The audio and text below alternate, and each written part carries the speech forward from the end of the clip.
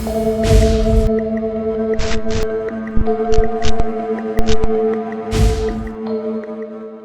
started receiving letters on my porch, each one scrawled in a language I didn't recognize. The ink was dark, almost viscous, and with every letter came a clump of my own hair. I didn't know how they got it, but the chill that ran down my spine told me I was being watched. Then the dreams began. Long, cold tunnels, slick with moisture. Each blink took me deeper into the darkness. I could feel something lurking just beyond my sight, something with too many limbs, crawling closer, its presence suffocating. I would wake up gasping, heart racing, but the feeling never left. Last night, the foundation of my house cracked. I could hear the groaning of the wood, the creaking of the walls. Then a massive sinkhole opened in the basement, a gaping maw that seemed to breathe. I stood at the edge, peering into the abyss, and that's when I heard it. Whispering laughter, echoing from the depths. It wasn't my laughter. It was something else, something hungry. I looked down and the dirt blinked. I swear it blinked. Panic surged through me, and I ran. I bolted out of my house, but the road stretched endlessly, twisting and turning like a serpent. I could feel it behind me, that thing with too many limbs closing in. Finally, I stumbled upon a police car. Relief washed over me as I explained everything, my voice trembling. They followed me back, but when we reached my home, it was gone. Just a perfect circular hole where it once stood, like it had never existed. The officers exchanged glances, confusion etched on their faces. They said no house had ever been there, that I must have been mistaken. But I remember the letters, the hair, the dreams. I still have the tooth. It's under my skin now, a constant reminder of what I've lost, of what's still out there, waiting. I can feel it crawling beneath the surface, whispering to me in the dark. I don't know what it wants, but I fear it's coming for me.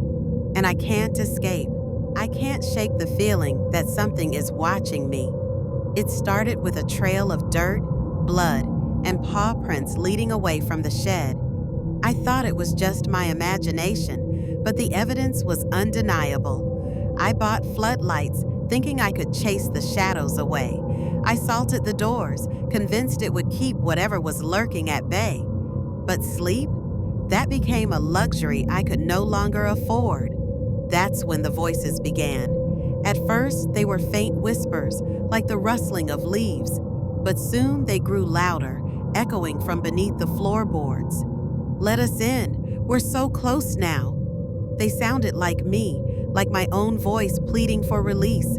I could hear my mother's cries, distorted and hollow, mingling with the laughter of children, innocent yet twisted.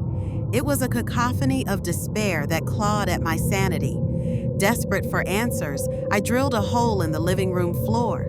I dropped a GoPro into the darkness below, hoping to capture whatever haunted me. At first, all I saw was soil, just dirt and decay. But then, bones, fragments of lives long forgotten. And then a hand, pale and lifeless, reaching up as if begging for help. My heart raced, and the camera cut out, plunging me back into silence. I thought I could control this, that I could confront whatever was down there, but the more I tried to uncover the truth, the more it consumed me. The voices grew louder, more insistent. "Let us in." They were relentless, taunting me, mimicking my every word, twisting my memories into something grotesque. I could feel their presence, a weight pressing down on me, suffocating. I stopped sleeping altogether, convinced that the darkness would swallow me whole if I closed my eyes. I spent nights pacing the floors, listening to the whispers, trying to decipher their meaning. They knew me, knew my fears, my regrets. They fed off my paranoia, growing stronger with each passing moment. I thought I could escape, that I could seal the hole and forget, but the voices wouldn't let me. They seeped into my mind, wrapping around my thoughts like vines, squeezing tighter until I could barely breathe. We're so close now. I realized then that they weren't just beneath the floorboards, they were inside me, clawing their way to the surface. I can't tell what's real anymore. Is it the shadows that dance in the corners of my vision, or is it just my mind playing tricks? The floodlights flicker, and I can hear them laughing, mocking me.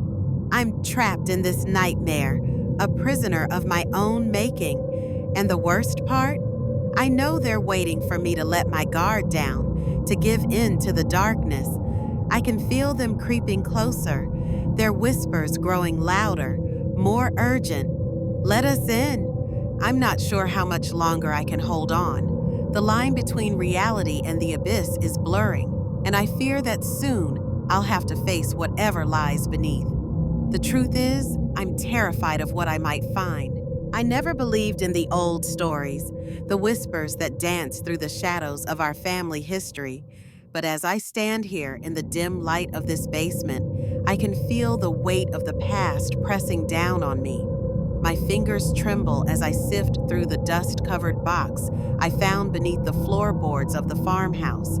Inside, the remnants of a life long gone, bones, matted fur, and a journal that belonged to my aunt. Her handwriting is frantic, filled with sketches of a creature that haunts my dreams. The same beast that prowled these woods centuries ago, its eyes glowing like embers in the night. I can almost hear the echoes of ancient rituals, the chants that summon something dark and primal. The faded pages reveal a lineage steeped in horror, a bloodline cursed to carry the weight of the wolf. I remember the stories my grandmother told me, her voice trembling as she recounted the night the moon hung low and full, casting eerie shadows across the forest. She spoke of transformations, of losing oneself to the beast within. I thought they were just tales meant to frighten children, but now, as I read my aunt's words, I realized the truth is far more terrifying. She wrote of her own change, the moment she felt the pull of the moon, the hunger that consumed her. I can see it in my mind, a flickering film reel of her transformation, her screams echoing through the trees, blending with the howls of the night. The shadows dance around me, and I can almost feel the cold breath of the wolf on my neck, urging me to join its ranks. What if this curse is not just a story? What if it's a legacy that binds us? A dark inheritance passed down through generations. I can feel it stirring within me, a primal instinct awakening.